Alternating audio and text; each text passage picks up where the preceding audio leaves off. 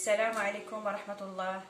مرحبا بكم وسهلا معايا في هذا الفيديو ديال اليوم بغيت ندير معكم هذا الفيديو الجديد اللي هو بغيت نشارك معكم طريقة تحضير العسل منزلي سهل وسريع في نفس الوقت، ولانه اي واحد كيعرف يدير العسل غير بغيت نشارك معكم هذه الطريقة اللي كنديرها انا في هذا العسل باش كيستاق ليا العسل، وباش تجربوا معايا هذه الطريقة هذه ان شاء الله وغادي تنجح لكم، ونتمنى تجربوها ورمضان يدخل لكم بالصحه والرزق وكل ما كنتمناو يا ربي.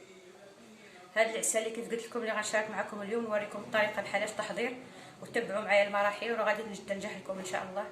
هذا العسل كنحتاجوا فيه قالب ديال السكر اللي هو 2 كيلو ديال السكر، كل واحد اش من السكر كيستعمل. كنستعملوا هذا في هذا القالب ديال 2 كيلو، ويترو ديال الماء وحامض 2 طرفه ولا 3 من الحامض وعودان ديال القرفه. هادشي كنحتاجو فقط، وكنخويو عليها يترو ديال الماء ما يكون ناقص ما يكون زايد، بالحساب يترو ديال الماء. وهذا يترو عبرته بسم الله. نخلي لكم هنا خليه حتى يذوب السكر، وكيطلب شويه ديال الوقت باش يذوب هذا القالب هذا، ومن بعد نتلاقى معكم في المراحل الثانيه ان شاء الله.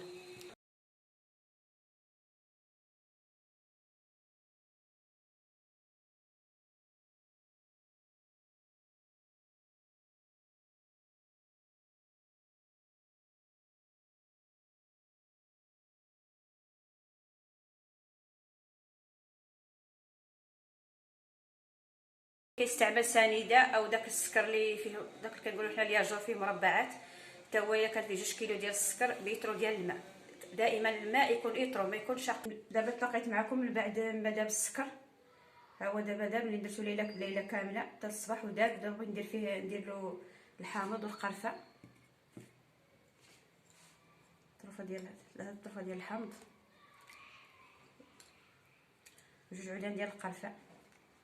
هذه بالنسبه للعسل هذا اللي بغى الشباكيه، وما اللي بغى ينسمو يدير له واحد الطرف ديال الثوب حياتي، يدير فيه شويه ديال الزكني ولا اليازير ويديروا باش ينسم، يجي العسل منسم. اللي بغى يديروا الحلويات اللي فوق النار نشعل عليه دابا، نشعل عليه ونخليه يبربر غير شوي، ونسد الكوكوت بين ما وندير عليه الصفاره باش ما كيبدا يصفر. وغنحسب ديك الساعه 45 دقيقه. غادي نسد عليه الكوكوت، وملي كتبدا الصفاره كتصفر فما غادي نبقى نبدا نحسب 45 دقيقه.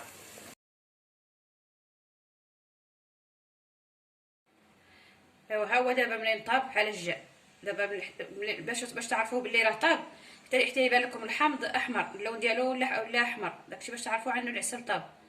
ودابا نتلاقى معكم في الاخير منين يبرد شويه. الا فتحتوه وجربتوه باقي لقيتوه ميه شوي، شعلوا باقي عليه شويه باش يطيب شويه نقصوا عليه. ولا بقاو باردوا بقاو جربوا شويه تكون تشاروا شوفوا واش هو هذاك. الا طاب صافي هو هذاك صافي نطفي عليه صافي. ها هو الشكل النهائي ديال العسل، هو هذا هو العسل ديالنا دابا واجد اللي بغى يستعملوه هو هذا. كيجي ما ثقيل ما خفيف بحال اش كيجي. سير هذه هي الطريقه ديال تحضير العسل للشباكيه والغير الشباكيه. اي حاجه باغيها في رمضان يستعمل فيها العسل، هذا راه صالح للماكله وصالح.